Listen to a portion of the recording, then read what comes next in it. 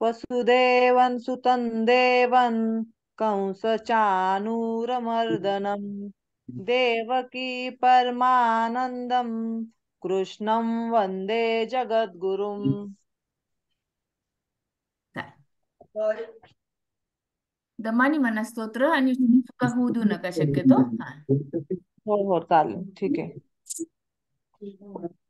कालभैरव अष्टक म्हणते ताई. बर. ॐ देवराज सेव्यमान पावनाग्रिपङ्कजं व्यालयज्ञसूत्रमिन्दुशेखरं कृपाकरं नारदादियोगिवृन्दवन्दितं दिगम्बरं काशिकापुराधिनाथकालभैरवं भजे भानुकोटिभास्वरं भवाब्दितारकं परं नीलकण्ठमीप्सितार्थदायकं त्रिलोचनं कालकालमम्बुजाशमक्षशूलमक्षरं काशिकापुराधिनाथ कालभैरवं भजे शूलशङ्खपाशदण्डपाणिमादिकारं कामकायमादिवेमक्षरं निरामयम् भीमविक्रमं प्रभु विचित्रताण्डवं प्रियं काशिकापुराधिनाथ कालभैरवं भजे भुक्तिमुक्तिदायकं प्रशस्तचारुविग्रहं भक्तवत्सलस्थितः समस्तलोकविग्रहं विनित्वनद्मनोज्ञहेमकिङ्कनीलसङ्कटी काशिकापुराधिनाथ कालभैरवं भजे धर्मसेतुपालकम् अधर्ममार्गनाशकं कर्मपाशमोचकं सुशर्मदायकं विभुं स्वर्णवर्णशेषपाशशोभितागमण्डलं काशिकापुराधिनाथ कालभैरवं भजे रत्नपादुकाप्रभारि रामपाद्युग्मकं नित्यमद्वितीयमिष्टदैवतं निरञ्जनं मृत्युदर्पनाशनं करालदृष्टमोक्षणं काशिकापुराधिनाथ कालभैरवं भजे अट्टहासभिन्नपद्मजाण्डकोशसन्तति दृष्टिपातनष्टपापजालमुग्रशासनम् अष्टसिद्धिदायकं कपालमालिकाधरं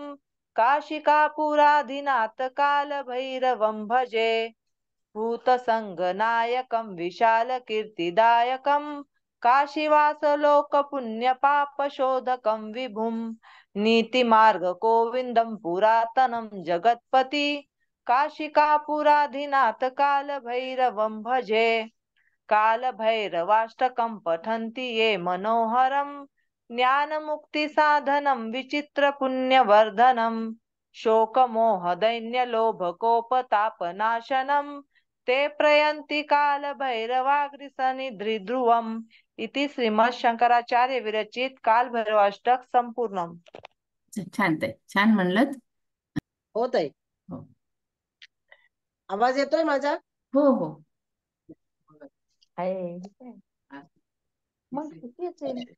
नीताताईंचं मराठीतून अक्षर असल्यामुळे लक्षात नाही आलं माझ्या. जयश्री ताई, उद्या तुम्ही वाचा, हरकत नाही. बरोबर, चालेल चालेल. हा ताई शांताकारं पासून घेऊ ना? हो. हा.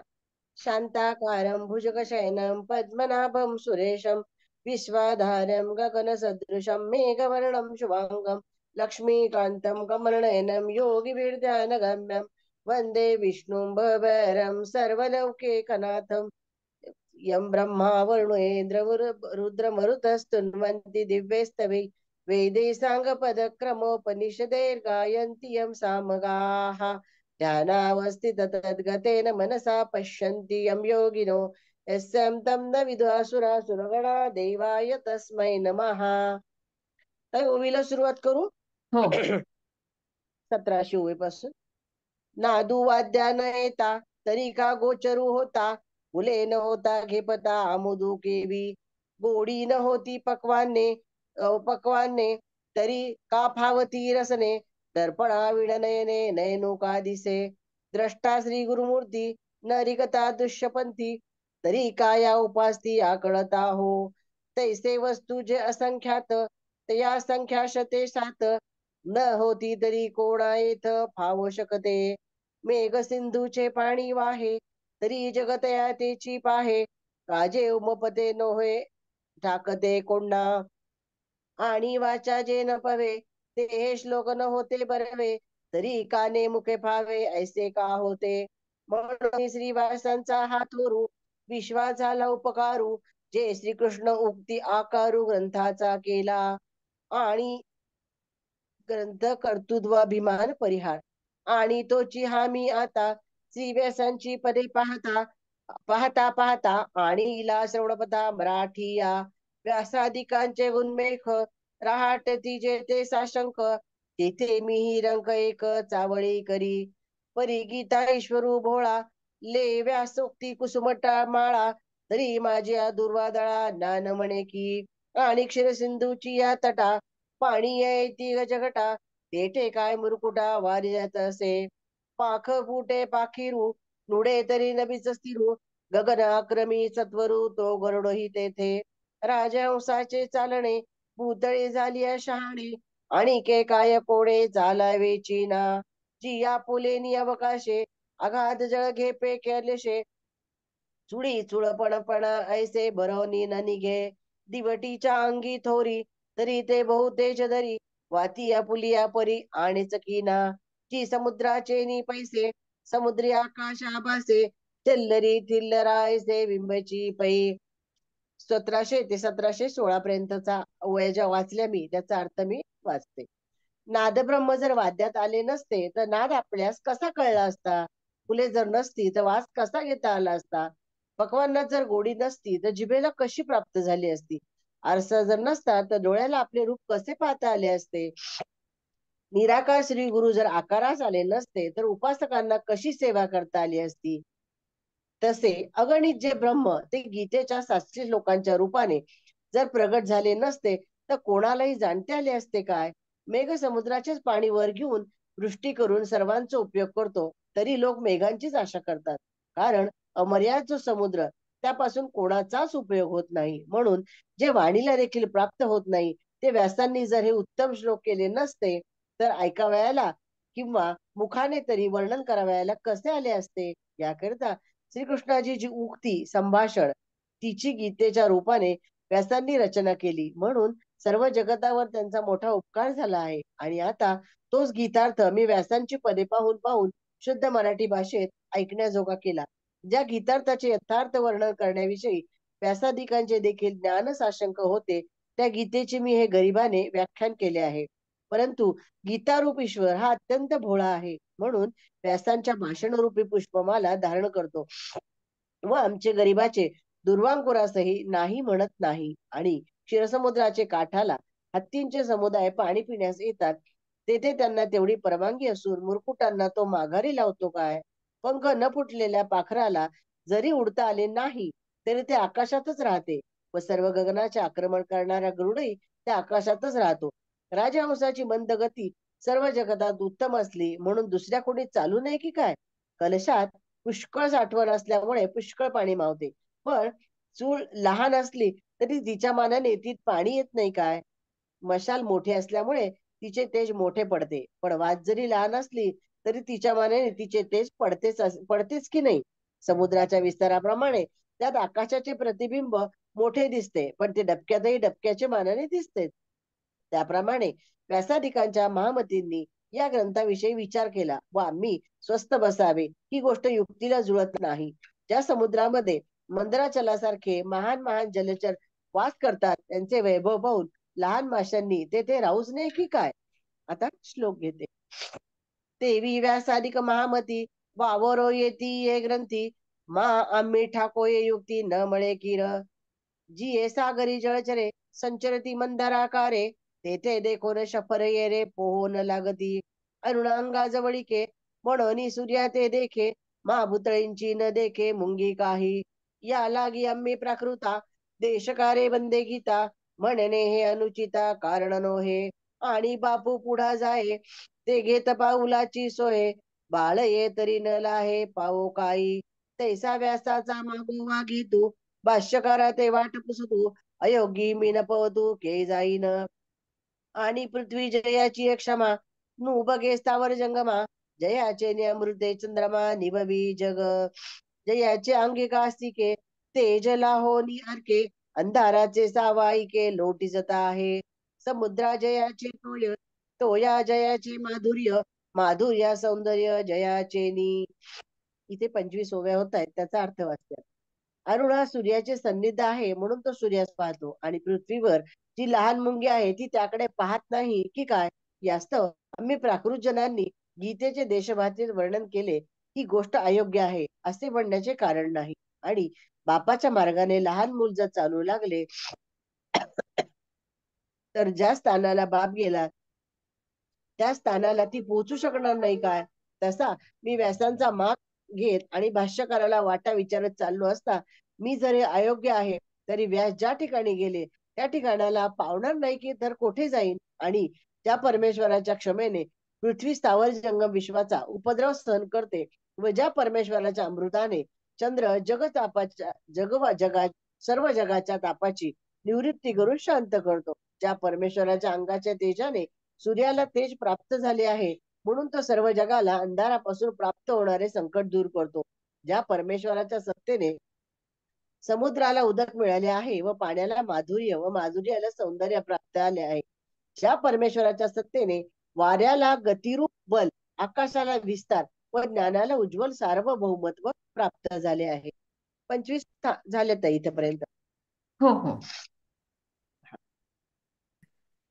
बर. निहत्य धार्तराष्ट्रान्नः का राष्ट्र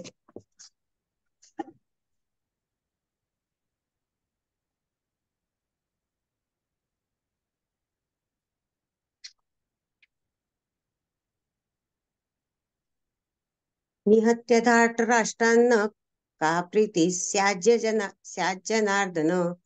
पापमेवाश्रयेदस्मान् हैत्वैतानाततायिनः तस्मान्नार्हा वयं हन्तुं धार्तराष्ट्रान् स्वबान्धवान् स्वजनं हि कथं हत्वा सुखिनः स्याम माधव. धृतराष्ट्राचे पुत्र आणि त्याचे सहयोगी दुसरे जेवढे म्हणून सैनिक आहेत त्यांना मारून विजय मिळवल्याने आम्हाला काय प्रसन्नता होईल. जर आम्ही क्रोध अथवा लोभाच्या आवेशात येऊन यांना जरी मारले तरी हे आवेग शांत झाल्यावर आम्हाला रडावेच लागेल. अर्थात क्रोध आणि लोभात फसून आम्ही केवढा अनर्थ करून बसलो असा पश्चातापच करावा लागेल. कुटुंबियांची आठवण झाल्यावर त्यांचा अभाव वारंवार खटकत राहील. अंतःकरणात त्यांच्या मृत्यूविषयी शोक सतावित राहील. अशा स्थितीत आम्हाला कधी प्रसन्नता मिळू शकते काय. तात्पर्य हे की यांना मारल्याने आम्ही या लोकात जोपर्यंत जिवंत राहू तोपर्यंत आमच्या चित्तात कधीच प्रसन्नता होणार नाही, आणि यांना मारण्याने आम्हाला जे पाप लागेल ते परलोकात आम्हाला भयंकर दुःख देणारे होईल. आग लावणारा, विष देणारा, हातात शस्त्र घेऊन मारण्यास सज्ज झालेला, संपत्ती हरण करणारा दुर्योधन इत्यादीमध्ये ही 6 लक्षणे दिसून येत होती. त्यांनी पांडवांना लाक्षागृहाला आग लावून जाळून मारण्याचा प्रयत्न केला. भीमाला विष घालून नदीत फेकून दिले. हातात शस्त्र घेऊन ते पांडवांना मारण्यासाठी तर तयार होतेच, कपटाने दूध खेळून त्यांनी पांडवांचे राज्य व धनाचे हरण केले होते. द्रौपदीला भर सभेत ओढत आणून तुला आम्ही जिंकले आहे, तू आमची दासी झाली आहेस असे म्हणून तिचा अपमान केला होता. आणि या दुर्योधनादिकांच्या प्रेरणेने जयद्रथाने द्रौपदीला हरण करून दिले होते. शास्त्रवचनानुसार आतताईला मारल्याने मरण्यास काहीही दोष लागत नाही, परंतु आतताईला मारणे उचित नसून सुद्धा मारण्याची क्रिया चांगली नाही. शास्त्र सुद्धा असे सांगते की मनुष्याने केव्हाही कोणाचेही हिंसा करू नये. हिंसा न करणे परमधर्म आहे. म्हणून क्रोध लोभाला वश करून कुटुंबियांच्या हिंसेचे कार्य आम्ही कशाला करावे. आतताई असल्यामुळे हे दुर्योधनादी मारण्याच्या लायक आहेत, परंतु आपले कुटुंबी असल्याने यांना मारल्याने आपल्याला पापच लागेल. कारण शास्त्रात असे वर्णन आहे की जो आपल्या कुळाचा नाश करतो तो अत्यंत पापी असतो. म्हणून जो आतताई आपल्याला विशेष कुटुंबी आहे त्याला कसे मारावे. त्याच्यापासून आपण वेगळे होणे हे योग्य आहे, पण त्यांना मारणे योग्य नाही. जसे आपला मुलगाच जर आतताई झाला तर त्याच्यापासून आपला संबंध आपण सोडू शकतो, पण त्याला थोडेच मारायचे असते. आतापर्यंत कुटुंबियांना न मारण्याविषयी जो काही युक्तिवाद केला आहे, या अटकली दिल्या आहेत आणि त्याचा विचार मी प्रकट केला आहे, त्यांना अनुसरून आम्ही अशा प्रकारचे अनर्थकारक कर्म करण्यासाठी कसे बरोबर प्रवृत्त होऊ शकतो. आपलेच बांधव असलेल्या या धृतराष्ट्र संबंधितांना मारणे सर्वथैव अयोग्य अनुचित आहे. आमच्यासारखे चांगले पुरुष असे अनुचित कार्य कसे करू शकतील? माधवा, या कुटुंबियांच्या मरणाच्या कल्पनेनेच अत्यंत दुःख होत आहे, संताप होत आहे. तर मग क्रोध आणि लोभाच्या भरात आम्ही जर त्यांना मारू अथवा तर आम्हाला किती दुःख होईल. त्यांना मारून आम्ही कसे सुखी होऊ? या ठिकाणी हे आमचे घनिष्ठ संबंधी आहेत. या ममताजन्य मोहामुळे आपल्या क्षत्रियोचित कर्तव्याकडे अर्जुनाने पाठ फिरवली आहे. कारण जेव्हा मोह होतो तेव्हा मनुष्याचा विवेक दबला जातो. विवेक दबल्याने मोहाचे प्राबल्य वाढते. मोह प्रबल झाला की आपल्या कर्तव्याचे स्पष्ट भान राहत नाही. यद्यपेते न पश्यन्ति लोभो महतचेतसः कुलक्षय कृतं दोषं मित्रदोहे च पातकम्. इतके मिळाले इतके आणखी मिळो नाही. पथन्न ज्ञेयमस्माभिः पापादस्मान् निवर्तितुं कुलक्षय कृतं दोषं प्रपश्यद्भिर्जनार्दन. कुलक्ष इतके मिळाले इतके आणखी मिळो, पुढे असे मिळत राहावे. अशा प्रकारे धन, जमीन, घर, आदर, प्रशंसा, पद, अधिकार इत्यादीकडे वाढत चाललेल्या मनुष्याच्या वृत्तीला लोभ असे म्हणतात. या लोभ वृत्तीच्या कारणाने दुर्योधनदिकांच्या विवेक शक्ती नाहीशी झाली आहे. ज्यामुळे मनात विचार असा येत नाही की ज्या राज्यासाठी आम्ही एवढे मोठे पाप करत आहोत, कुटुंबियांना नष्ट करू पाहत आहोत, ते राज्य आमच्याजवळ किती दिवस राहील आणि आम्ही त्याच्यासोबत किती दिवस राहू? आम्ही जिवंत असताना हे राज्य गेले तर आमची कशी दुर्दशा होईल? आणि राज्य असताना जर आम्ही मेलो तर राज्याची कशी अवस्था होईल? कारण मनुष्य संयोगापासून जेवढे सुख घेतो त्याच्या वियोगापासून तितके दुःख त्याला भोगावे लागतात. संयोगात एवढे दुःख मिळत नाही जेवढे वियोगामध्ये दुःख होते. तात्पर्य हे की अंतःकरण लोभाने व्याप्त झाल्या कारणाने यांना सर्वत्र राज्यच राज्य दिसत आहे. कुळाचा नाश केल्याने केवढे भयंकर पाप लागेल इकडे त्याची दृष्टीच नाही. ज्या ठिकाणी लढाई होते तेथे समय, शक्ती आणि संपत्ती याचा नाश होतो. अनेक प्रकारच्या चिंता आणि संकट येतात. दोन मित्रांमध्ये भांडणे होतात, मनोमालिन्य होते, अनेक प्रकारचे मतभेद निर्माण होतात. मतभेद झाल्याने वैरभाव निर्माण होतो. जसे द्रुपद राजा आणि द्रोणाचार्य हे दोन्ही लहानपणी मित्र होते, परंतु राज्यप्राप्तीनंतर द्रुपद राजाने एके दिवशी द्रोणाचार्याचा अपमान करून दोघांमधील मैत्रीला ठोकर मारली होती. या कारणाने द्रुपद राजा आणि द्रोणाचार्य यांच्या दरम्यान वैरभाव निर्माण झाला. आपल्या अपमानाचा बदला घेण्यासाठी द्रोणाचार्यांनी माझ्याकरवी द्रुपद राजाला परास्त करून त्याचे अर्धे राज्य घेतले. या कारणाने द्रुपद राजाने द्रोणाचार्याचा नाश करण्यासाठी एक यज्ञ करविला. त्यापासून दृष्टद्युम्न आणि द्रौपदी उत्पन्न झाले. अशा प्रकारे मित्राबरोबर वैरभाव ठेवल्यास केवढे भयंकर पाप लागेल याकडे त्यांचे लक्षच नाही.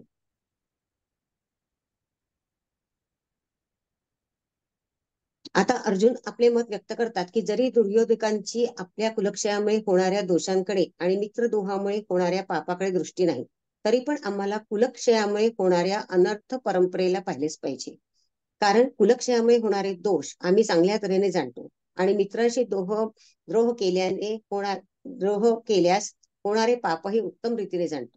जर त्या मित्रांनी आम्हाला दुःख दिले तर ते दुःख आमच्यासाठी अनिष्टकारक नाही, कारण दुःखाने तर आमच्या पूर्व पापांचा नाश होईल, आमची शुद्धीच होईल. परंतु आमच्या मनात जर द्रोह वैरभाव असला तर तो मेल्यानंतरही आमच्या बरोबर राहील आणि प्रत्येक जन्मामध्ये आम्हाला पाप करण्याविषयी प्रेरणा देत राहील, ज्यामुळे आमचे पतनच होईल. अशा अनर्थ करणाऱ्या आणि मित्रांसोबत द्रोह निर्माण करणाऱ्या या युद्धरूपी पापापासून वाचण्याचा विचार का करू नये? अर्थात विचार करून या पापापासून आम्ही स्वतःला अवश्य वाचवलेच पाहिजे. या ठिकाणी अर्जुनाची दृष्टी दुर्योधकांच्या लोभाकडे तर जात आहे, पण ते स्वतः कौटुंबिक मोहामध्ये गुरफटले जाऊन बोलत आहे. इकडे त्यांची दृष्टी जात नाही. या कारणाने ते आपल्या कर्तव्याला समजत नाही. असा नियम आहे की जोपर्यंत मनुष्याची दृष्टी दुसऱ्याच्या दोषाकडे असते तोपर्यंत त्याला आपला दोष दिसत नाही. उलट असा एक अभिमान होतो की याच्यात जर दोष आहे परंतु आमच्यात हा दोष नाही. अशा अवस्थेत तो विचार करू शकत नाही की जर याच्यात कोणता दोष आहे तर आमच्यातही दुसरा कुठला दोष असू शकतो. समजा दुसरा दोष जरी नसला तरी दुसऱ्यांचा दोष पाहणे हा तर दोषच आहे.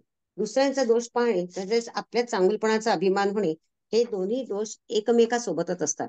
अर्जुनालाही दुर्योधनादिकांमध्ये दोष दिसत आहे आणि आपल्यात चांगुलपणाचा अभिमान होत आहे, म्हणून त्यांना आपल्यातील मोहरूपी दोष दिसत नाही. कुलक्षये प्रणश्यन्ति कुलधर्मा सनातनाः धर्मे नष्टे कुलं कृत्स्नम् अधर्मो भीववत्युत. जेव्हा युद्ध होते तेव्हा त्यात कुळाचा क्षय होतो. जेव्हापासून कुळाचा आरंभ झालाय तेव्हापासून कुळाचे धर्म अर्थात कुळाच्या पवित्र परंपरा, पवित्र रीतिरिवाज, मर्यादा देखील परंपरेने चालतात. परंतु जेव्हा कुळाचा नाश होतो तेव्हा निरंतर कुळासोबत राहणारे धर्म देखील नष्ट होतात. अर्थात जन्मसमयी मौंजी बंधनाच्या वेळी, विवाह प्रसंगी, मृत्यूसमयी आणि मृत्यूनंतर करण्यात येणारे जे शास्त्रोक्त पवित्र रीतिरिवाज आहेत ते जीवित असताना आणि मृत्यूनंतर अर्थात इहलोकी आणि परलोकी मनुष्याचे कल्याण करणारे आहेत. ते सर्व नष्ट होतात. कारण की जेव्हा कुळाचा नाश होतो तेव्हाच कुळाच्या आश्रयाने राहणारे धर्म कोणाच्या आश्रयाने राहतील. जेव्हा कुळाच्या पवित्र मर्यादा, पवित्र आचरण नष्ट होतात तेव्हा धर्माचे पालन न करणे, धर्मविरोधी कर्म करणे अर्थात करण्यायोग्य काम न करणे आणि न करण्यायोग्य काम करणे या रूपाने अधर्म संपूर्ण कुळाला दडपून टाकतो.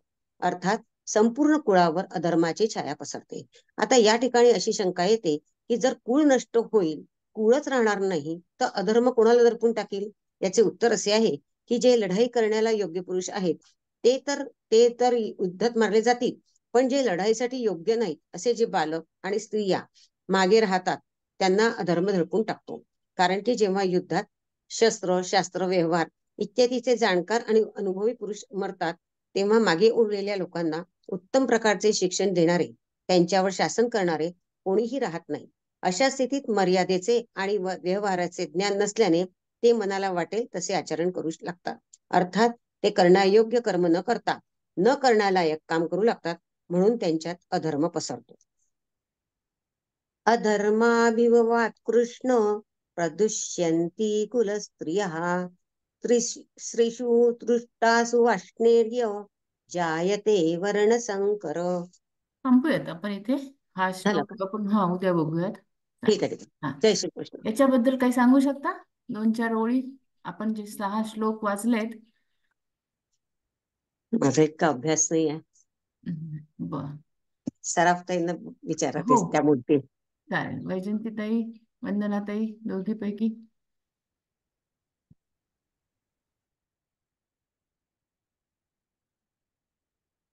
कोण बोलते? वैजंतीताई.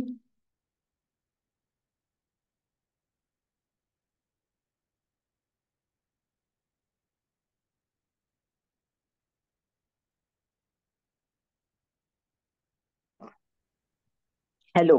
हा बोला ताई, हरकत हा, नाही. मी मगाशी पण मला ज्ञानेश्वरीवर बोलायचं होतं. मला 2 चांगले पुस्तकं मिळाले आहे म्हणून मी अच्छा मगाशी तेव्हा खूपदा आवाज केला होता. अच्छा. की मला बोलायचंय म्हणून.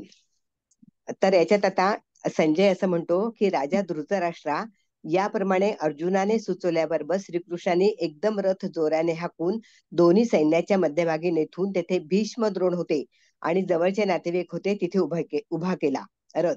आणि रथ उभा राहिल्याबरोबर अर्जुन त्या सर्व सैन्यांकडे घाईघाईने जो पाहतो तो त्याला आपल्या कुळातील सर्व वडील माणसे दिसून आली.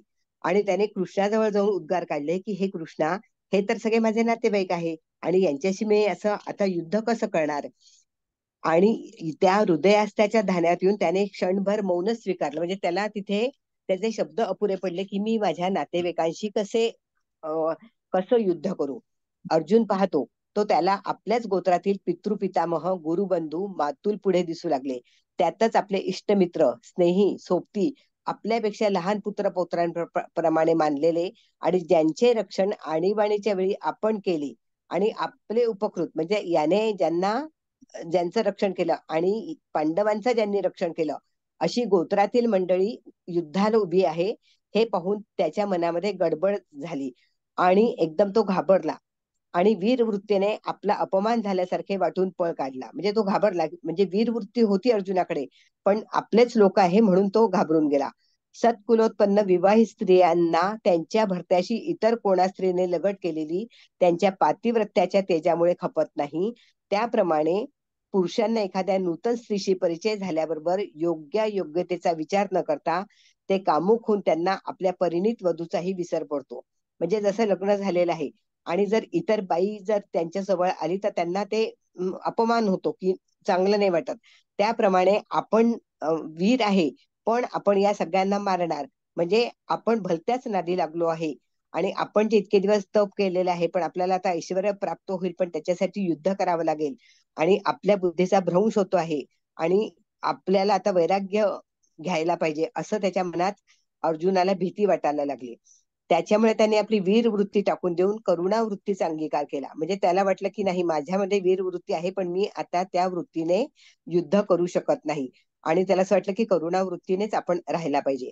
जसे एखाद्या मांत्रिकाला ज्याप्रमाणे मंत्रोच्चार नीट करता आला नाही, म्हणजे स्वतःच लुळे पांगळे होऊन पडावे लागते, त्याप्रमाणे तो वीर अर्जुन मोहाविष्ट होऊन लाचार बनला. त्याच्या ठिकाणचे मूळचे धैर्य गळाले आणि जसा सोमकांत मणी चंद्रकिरणांचा स्पर्श झाल्याबरोबर पाझरू लागतो, हा जो सोमकांत मणी असतो हा एवी तेवी याला काही होत नाही, पण जेव्हा या मणीवर मण्यावर चंद्रकिरणांचा स्पर्श होतो तर त्याच्यातून आपोआप पाणी पाझरू लागतं. त्याप्रमाणे त्याचे अंतःकरण अर्जुनाचे द्रव पाहू लागले. आपल्या नातेवाईकांच्या प्रेमावेशाने मुग्ध होऊन खेदयुक्त अंतःकरणाने भगवान श्रीकृष्णांशी बोलण्यास त्याने सुरुवात केली. आता अर्जुन भगवंताला म्हणतो की देवा, मी या सर्व योद्ध्यांकडे पाहू लागलो, तो हे सर्व माझे आप्तवर्ग या ठिकाणी जमा झालेले आहेत. हे जरी युद्ध करण्यासाठी जमले असले तरी आपण त्यांच्याशी युद्ध कसे करावे, म्हणजे हा त्याला प्रश्न पडला की मी कसं काय करू. ते तयार आहेत पण मी तयार नाही आहे. युद्धाची नुसती कल्पना मनात आल्याबरोबर माझा मीपणा उडून जाऊन मन बुद्धी अस्थिर होऊ लागली आहे. देहाला कंप सुरू होऊन तोंडाला कोरड पडली आहे आणि सर्व गात्रे शिथिल होऊन गेली आहेत. अंगावर रोमांच उभे राहून सर्व शरीर तप्त झाले आहे आणि हाताला धरलेले धनुष्य निसटून पडू लागले आहे आणि केव्हा पडेल याचे भानही त्याला राहिलेले आहे. म्हणजे थोडक्यात असं की त्याची शुद्ध हरपली आहे, त्याला काय करावं काही कळत नाहीये. काय हा संसारिक प्रेमाचा चमत्कार पहा, की ज्या अर्जुनाचे अंतःकरण वज्राहून कठीण आणि कठोर, त्यालाही या प्रेमाने मृदू केले. ज्या अर्जुनाने प्रत्यक्ष भगवान शंकराशी युद्ध करून त्यांना जिंकले आणि निवात कवचासारख्या दैत्यांचा युद्धामध्ये मागमुसही राहू दिला नाही, तो अर्जुन एका क्षणात मोहवश आणि दीन होऊन गेला, तो घाबरून गेला. अथवा यात नवल ते काय, एखादा भ्रमर ज्याप्रमाणे कोरड्या काष्टांचाही कोरून भुगा करतो, परंतु कमल गर्भात सापडला म्हणजे त्यात अडकून राहतो. म्हणजे भ्रमर काय करतो की जर कोरडं झाड आहे तर तिथे तो आपल्या याने कोरून कोरून भुगा करतो, पण जेव्हा तो कमळाच्या पाकळ्यांमध्ये अडकतो तेव्हा तो त्याच्यात अडकून राहतो. तो तिथे सुटका करण्याचा प्रयत्न करत नाही. त्याला माहितीये की आपण आता कोंडला गेलेला आहे, रात्रभर आता हे कमळ बंद राहणार आहे आणि जेव्हा सकाळी सूर्य होईल, उजाडेल, तेव्हाच कमळाचं फूल उमलेल आणि आपली सुटका होणार आहे. तरी त्या कमलकलिकेचा भेद त्याच्याने करवत नाही. त्याचप्रमाणे हा प्रापंचिक मोह कोवळेपणामुळेच आवरण्याला कठीण झाला आहे. अथवा हा मोह म्हणजेही त्या परमेश्वराची दुर्लभ्य मायाच असल्यामुळे ब्रह्मदेवादिकांनाही आवडण्यास कठीण आहे. त्याला थोडस अर्जुनाला कळलं की ही परमेश्वराची माया आहे की मी आता कसं वागावं हे, आणि तिनेच त्या अर्जुनावर आपला पगडा बसवल्यामुळे तो मोहित होऊन गेला, यात नवल नाही. आता संजय म्हणतोय धृतराष्ट्राला, आता सगळं युद्धाची तयारी झाली, सगळं झालेलं आहे. राजा धृतराष्ट्रा, याप्रमाणे तो अर्जुन मायेच्या अधीन होऊन आपल्या स्वजनांकडे पाहून युद्ध करण्यापासून परांगमुख झाला. ऐन वेळी कशी ती करुणावृत्ती त्याच्या हृदयात उत्पन्न झाली असेल ती असो, पण श्रीकृष्णाला तो मात्र असे म्हणतो की देवा, आता यापुढे आपण या ठिकाणाहून निघून जावे हे बरे. या सर्वांचा वध करण्याची कल्पना मनात आल्याबरोबर माझे मन व्याकुळ होऊन गेले आहे. तोंडातून एक शब्दही बाहेर पडत नाहीये. मनात एकच विचार असा येतो की कौरव काय आणि पांडव काय, हे दोघेही आम्ही एकाच गोत्रातले असल्यामुळे दोघांच्याही वधाचे पातक सारखेच. मला या गोत्रवधाचे पातक पत्करून काय करावायचे आहे. आपल्याला ते युद्धही नको आणि पातकाचे धनीही व्हायला नको. पुष्कळ विचार करून पाहिले तर असे वाटते की युद्धामुळे आपली हानीच अधिक होईल. त्यातल्या त्यात जर काही निमित्ताने चुकवता आले तर त्यात आपला फायदा आहे. या कौरवांना जिंकून मला काहीही पत्रात पाडून घेण्याची इच्छा नाही. राज्यप्राप्ती जरी होत असली तरी ती मला नको आहे. या सर्वांचा वध करून अगर करून जे राज्यभोग संपादन करावायचे त्यांना त्यापेक्षा अक्का लागेना. ते सुख भोगावयाला न मिळाल्यामुळे जी परिस्थिती प्राप्त होईल ती भोगण्याची आमची तयारी आहे. म्हणजे तो असं म्हणतो की आता हे युद्ध नाही केलं तरी दुःख झालं तरी आम्हाला चालेल आणि सुख भोगायला नाही मिळालं, जी काही परिस्थिती आहे ती परिस्थिती आम्ही भोगू, म्हणजे त्या परिस्थितीमध्ये आम्ही राहू, आम्हाला युद्ध करण्याची गरज नाही. त्यांच्या कल्याणाकरता वेळी आमचे प्राण खर्ची पडले तरी द्यावयास आम्ही तयार आहोत. पण यांचा वध होऊन आपण राज्यभोग भोगावेत हे स्वप्नात देखील कल्पना करवत नाही. आपल्या वडील माणसांचे वैर किंवा हत्या संपादन करून आम्ही या जगात कसे जगणार? आणि जगायचे तर कोणासाठी? म्हणजे जर आपले आप्त नाही आहे, गुरु नाही आहे, तर आपण का जगायचे? आणि कुळाचा जर नाश झाला तर पुत्रसंतती कशी होणार? लोकांची इच्छा काय आहे त्याप्रमाणे सुद्धा आपण विचार करायला पाहिजे. तेव्हा अशा प्रकारचे वज्राप्रमाणे कठोर अंतःकरण करावे कसे? आणि ही गोष्ट तरी मनात कशी आणावी? हातून घडले तर काही त्यांचे संगोपन करून कल्याण करावे, हा आपला धर्म आहे. आपल्या धर्मात काय सांगितलं की कोणाचीही हिंसा करायची नाही. आणि मग आपण जर आता हिंसा केली, युद्ध केलं, तर आपण कसं काय जगायचं? आम्ही मिळून आणावे आणि या सर्वांनी त्याचा भोग घ्यावा, किंवा यांच्या कल्याणार्थ आम्ही जीवाची पर्वा न करता झटावे. जे आपल्या कुळाच्या योगक्षेमार्थ नाना देशींच्या राजांना जिंकून संपत्ती मिळून आणावी, तीच ही सर्व मंडळी आमच्या दुर्दैवाने आमच्याशी युद्ध करावयास उभी आहेत. आपल्या सर्व कुटुंबातील स्त्रिया पुत्रांचा त्याग करून आणि धनधान्यादी संपत्तीला तुच्छ मानून शस्त्रांच्या मारायलाही जीव देण्यास तयार झाली आहेत. तरी आता यांचा वध करणे म्हणजे आपला स्वतःचाच वध करण्यासारखे असल्यामुळे यांच्याशी युद्ध कसे करावे हाच विचार मला पडला आहे. म्हणजे अजूनही त्याची तयारी नाहीये की युद्ध करायची. तो अजूनही संभ्रमामध्ये आहे की धर्माप्रमाणे वागावं का. आणि भगवंत त्याला म्हणतात ते की तुझा धर्म आहे की युद्ध करणे, तर तू युद्ध कर, त्याच्याने तुला पाप लागणार नाही. तसेही ते तुझे आप्त मरणारच आहे, तर तू त्यांना मारलं काय आणि न मारलं काय, त्यांचा नाश होणार आहे. तर त्याच्यामुळे तू वाईट विचार करू नकोस.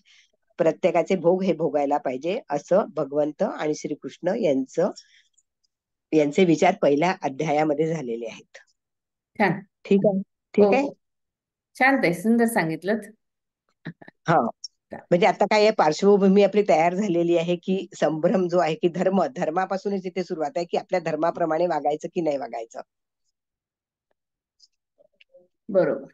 चालेल. हा, चालेल. आता मला एक दोन पुस्तकं चांगले मिळालेले आहेत, त्याच्यामुळे मी प्रत्येक श्लोकाचं त्याच्यातून वाचू शकेल. ही कथा रूपाने आहे, म्हणजे आपण श्लोकाचा अर्थ पाहतोय आणि कथा रूपाने पण आपल्याला ते लक्षात पाहिलं राहू पाहिजे. शकतं. बरोबर लक्षात येणार, कारण की उतरल्याला आपल्याला ही भाषा वापरायची आहे. बरोबर आहे. म्हणून चालेल. चालेल. कोणाचं भजन गवळण? हो, सुगंधाताई आहेत ना. सुगंधाताई हँड रेस करतात,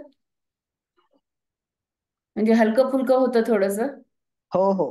नाही, जास्त हेवी डोस नको. हेवीच आहे, हेवीच आहे. म्हणजे वाचतानाच किती असं हे होतं की बापरे, काय की इतकं डिटेल आपण कधी वाचलं नाहीये ना. आपण श्लोक आणि श्लोकांचे अर्थ एवढेच वाचतो. बरोबर. नाही, ते समजायला सोपं वाटतं, पण ते आचरणात आणायला खूपच जास्त अवघड आहे, आणि त्या ठिकाणी तो विचार करणं अवघड आहे. म्हणून महाभारत एकदाच होतो, ते परत होऊही नाहीये. हो नाही. लोकांची तशी स्थिती पण नाहीये. आणि बरोबर. चालेल. सुगंधाताई म्हणता, सुरू करता. हो ताई. हो. नमस्कार. आत्ताच आपण एकादशी साजरा केलीये सर्वांनीच, तर म्हणून विठ्ठलाचं भजन म्हणते. माझा आवाज येतोय? हो हो, येतोय येतोय. हॅलो. हो, चालेल. येतोय ताई. हा. हो.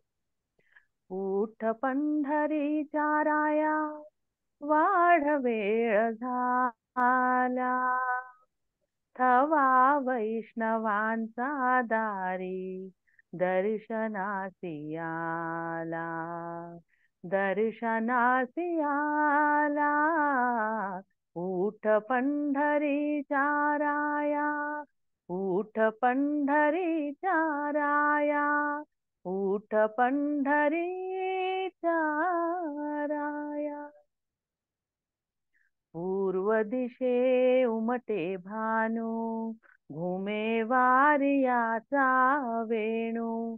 पूर्व दिशे उमटे भानू, घुमे वारियाचा वेणू. सूर सूर धेनू साच्या, सुगंधात न्हाला, सुगंधात न्हाला.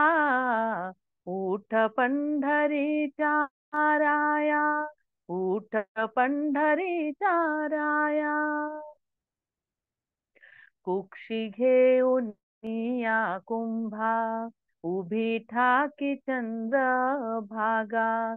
कुक्षी घेऊन या कुंभा, उभी ठाकी चंद्र भागा, मुख प्रक्षाळावे मुख प्रक्षाळावे देवा, गोविंद गोपाला गोविंद गोपाला. उठ पंढरीच्या राया, वाढ वेळ झाला.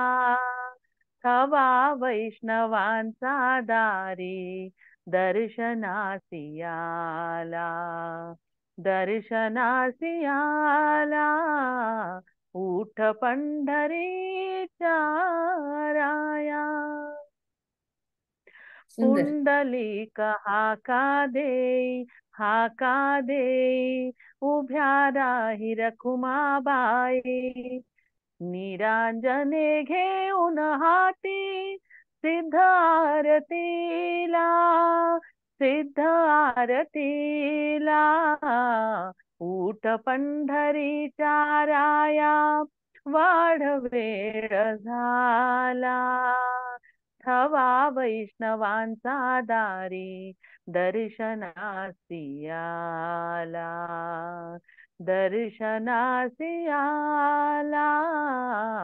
उठ पंढरीच्या राया, उठ पंढरीच्या राया, उठ पंढरीच्या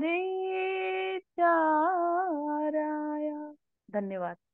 छान ताई, खूप सुंदर. अगदी आवाज पण खूप मस्त आहे तुमचा आणि छान. अजून एक म्हणू शकता? मला हरकत नाही, तुम्हाला अनम्यूट करते.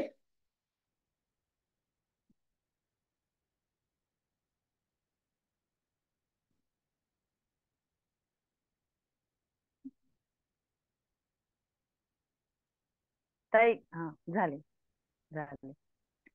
आले रे गणपती आज दारी रे, आले रे गणपती आज दारी रे. बाप्पा मोरया आनंद झाला, माझ्या मना भारी रे. आले रे गणपती आज दारी रे. सजले मखर हे फुलमाळ ओवली, उजळून आरती तबकात ठेवली. मोदक ही आवडीचा, गोडी त्याची न्यारी रे. आले रे गणपती आज दारी रे, आले रे गणपती आज दारी रे. टाळ झाला मृदुंगाचा, गजरही दुमला. बाळ गोपाळांचा मेळा नाचामध्ये रमला. देवा गणेशाचा घोष जय जयकारी रे. आले रे गणपती आज दारी रे, आले रे गणपती आज दारी रे.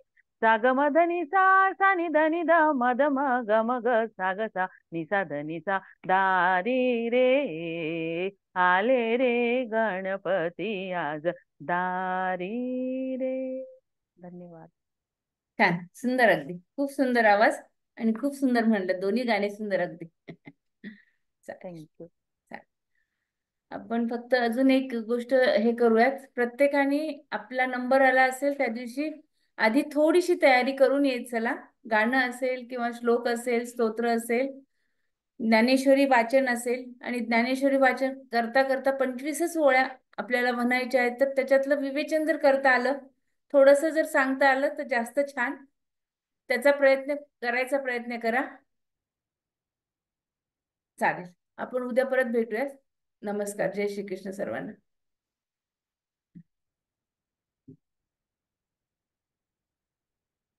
कोणाला काही बोलायचंय का?